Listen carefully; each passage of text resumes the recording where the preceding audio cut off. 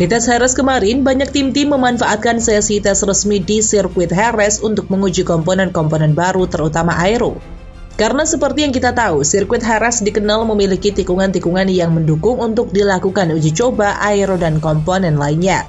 Lalu apa saja komponen-komponen baru yang dipakai pabrikan MotoGP? Simak ulasannya.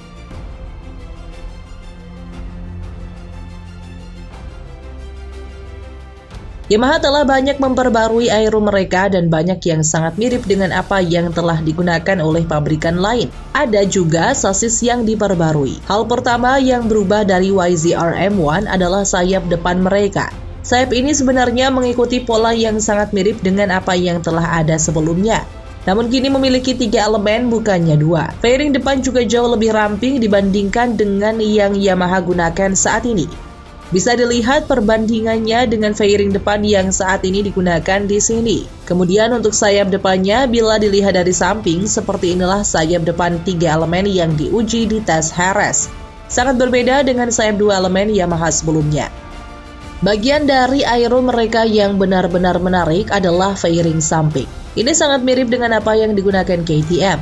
Yamaha telah memasukkan saluran yang membentang sepanjang fairing samping di belakang side pod. Fairing samping itu sendiri juga condong keluar, yang berarti bahwa ketika merebah di tengah tikungan, permukaan fairing samping harus sejajar satu sama lain, dan dengan demikian menghasilkan ground effect guna menarik motor ke aspal, yang mana ini akan membebani ban, menghasilkan cengkeraman dan pada akhirnya membantu motor menikung. Itu teorinya. Sama seperti KTM dan sekarang juga Ducati, mereka juga memasangkan fairing samping dengan downwash duct. Bila dilihat dari sisi lain, terlihat bagaimana fairing samping meluncur keluar dari motor semakin jauh ke atas fairing samping motor. Dan bila dilihat dari depan, dapat secara jelas terlihat bagaimana side pod bertindak sebagai saluran masuk udara yang diteruskan ke saluran di belakangnya. Ada juga pembaruan sasis. Tampaknya Yamaha telah mengupdate bagian headstock dari sasis mereka. Ini adalah foto dari Portimao di awal musim ini dan tampaknya las-lasannya sudah berpindah.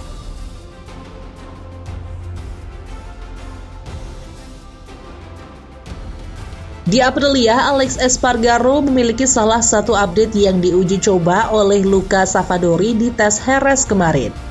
Kami yakin itu adalah update pada ride-height device dan pipa hidrolik untuk perangkat tersebut. Kalian bisa melihat tuas kecil yang berada di atas handlebar di sebelah grip adalah tuas baru. Dan ada juga bentuk yang sedikit lebih bulat di bagian atas fairing samping. Pada motor sebelumnya, bentuk bulatan itu tidak ada dan begitu pula dengan tuas tekan kecil di samping grip. Selain itu, Aprilia telah memulai debutnya dengan tail unit baru. Ini adalah perpaduan antara tail unit 2023 dan tail unit 2024. Motor ini memiliki diffuser bagian bawah tetapi tidak memiliki bidang datar yang sedikit mengepak di sisi atas, melainkan memiliki permukaan bulat seperti tail unit 2023 yang akan memberikan lebih sedikit downforce. Kemudian kita bisa melihat Maverick Viñales dan Miguel Oliveira kembali menggunakan tail unit 2023 untuk tahun ini. Namun tampaknya Aprilia masih berpikir bahwa ada beberapa keuntungan yang bisa diambil dari diffuser di bawahnya, jadi mereka membuat versi kedua tail unit ini. Di sini kalian bisa melihat perbedaannya dengan versi pertama. Permukaan atas memiliki tepi yang agak mengepak yang ditujukan untuk menciptakan downforce dari sisi atas. Di tim Trackhouse, seperti yang dikatakan oleh bos tim David Brivio menjelang akhir pekan, Raul Fernandez melakukan tes pertamanya dengan RSGP 2024. Menariknya, motor ini tidak memiliki diffuser jok belakang seperti yang digunakan Alex, melainkan menggunakan tail unit versi 2023 seperti yang digunakan Maverick Viñales dan Miguel Oliveira.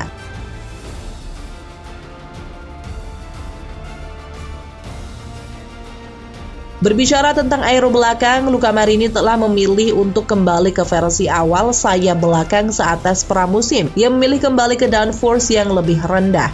Namun ia tetap mempertahankan aero depan yang lebih besar. Tampaknya Luca telah menemukan keseimbangan yang sedikit berbeda dengan motor Honda yang mungkin bekerja sedikit lebih baik untuknya.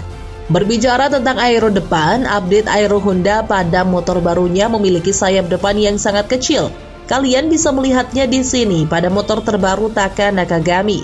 Bila dibandingkan dengan Aero saat ini, elemen bawah saya baru jauh lebih kecil.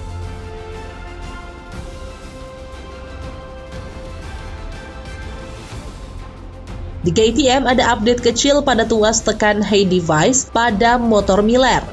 Rekan satu tim Miller juga menggunakan setup suspensi yang sedikit berbeda. Motor Jack Miller di sini memiliki garpu WP normal, tetapi Binder menggunakan spesifikasi yang berbeda. Binder di sini menggunakan tambahan kecil di atas. Dia menyebutkan akhir pekan ini bahwa mereka mengubah sesuatu dengan garpu depan dan tiba-tiba Binder memiliki feeling bagian depan yang dia sukai kembali.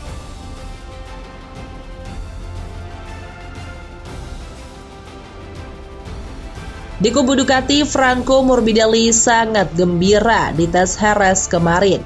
Ia akhirnya menjalani hari tes pertamanya dengan Ducati setelah melewatkan semua tes pramusim. Di tes Jerez kemarin ia mengerjakan beberapa hal mendasar. Salah satunya adalah cover tangki ergonomis yang berbeda untuk menemukan posisi yang membuatnya nyaman. Cover tangki ini memiliki bibir yang sedikit lebih tinggi agar Franco dapat mengaitkan kakinya di bawah saat menikung. Dapat dilihat pada cover tangki ini bahwa bentuknya sangat berbeda. Mereka juga menambahkan beberapa busa untuk cengkeraman ekstra.